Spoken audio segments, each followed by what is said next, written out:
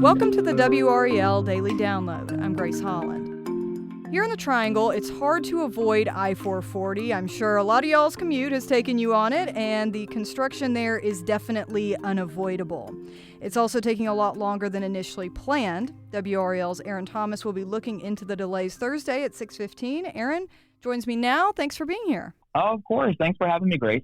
Now, I know there's probably some people that are going to be listening to this during their commutes, and they might be stuck in traffic. What is all this construction that people see as they're driving along I-440, and when is it supposed to be done? Yeah, so we talked to several people, including those at the NCDOT, and then we also found some traffic engineers associated with NC State. And in their words, they say that this diverging diamond interchange is essentially supposed to make traffic operations more efficient. So it's supposed to increase the safety for commuters and increase some of the operations for those who use that roadway. Okay. And of course, this project has not been running on schedule. So how far behind is it? And do we know why? Yeah, so the I-440 widening project as a whole started in fall of 2019, and then a portion of it opened in 2021, but then there was a delay there. And then they set a new date to summer of 2023, but after speaking with the DOT, they say it's now pushed to the end of this year, 2025. When we asked DOT what's causing this project to be delayed several times, they say the reason is weather. Of course, we know North Carolina, we can have all 4 seasons in one day, so that's unfortunately pushed a lot of those who are working on the roadway. It's pushed this project back. And what are some of the trouble spots for drivers, areas where people told you they don't like driving through those more? Yeah, so I remember posing this question on several of my social media websites, and I had one person who said they actually like driving the diverging diamond on Western, but they said that they still get tripped up when they're trying to take the exit on Wade Avenue downtown when they're coming from Crossroads. So, of course, I think for anyone that does use this common thoroughfare, you do see a lot of these barricades and barrels, and you kind of don't know when to take the exit or where to go. But it seems like knowing some of these exits, when to take them and where to take them, that seems to be some of the big trouble spots. Okay, let's take a quick break right there, and we'll be right back.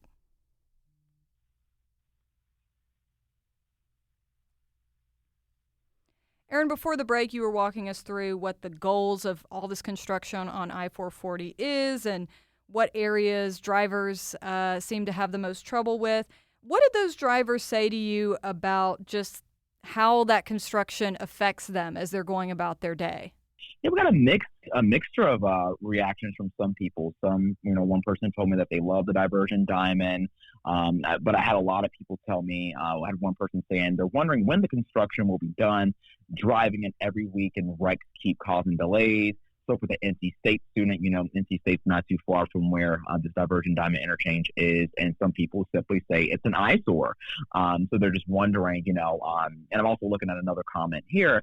They said that the issue on Western Boulevard is that they still have a bunch of orange barrels up 2 years after they changed the traffic flow. They don't understand why. So that seems to be some of the, feedback that we've gotten from some folks that we posed the question to.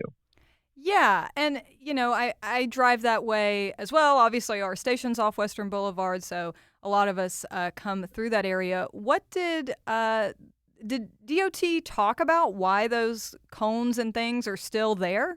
I mean, I think they said that once the project is finished, of course, they do plan on getting rid of them. But I think at this point, there's still a lot that needs to be done in terms of widening that particular part of the road. And aside from the interchange as a whole, this widening project, it does extend well beyond the portion of Western Boulevard. But again, just hoping that the 2025 end of the year, that's the target date for completion. Right. And, with that date having been moved back, and like you said, some of it's uncontrolled because weather is what it is, and there are always circumstances outside their control. But are there any consequences for this project falling behind?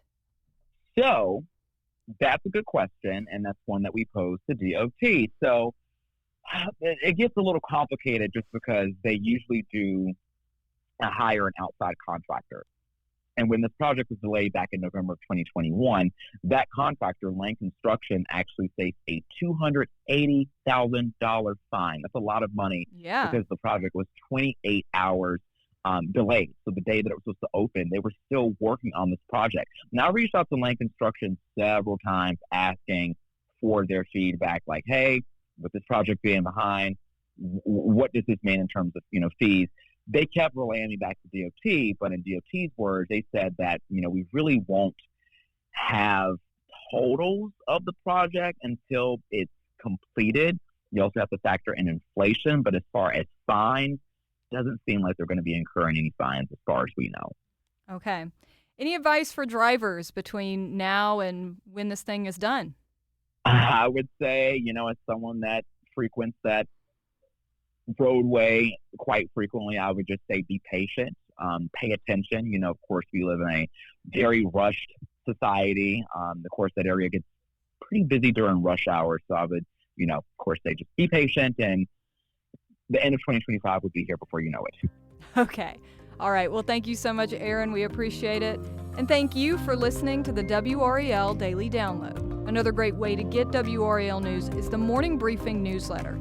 That's a daily email with Triangle news, events, and headlines to help you get ready for the day.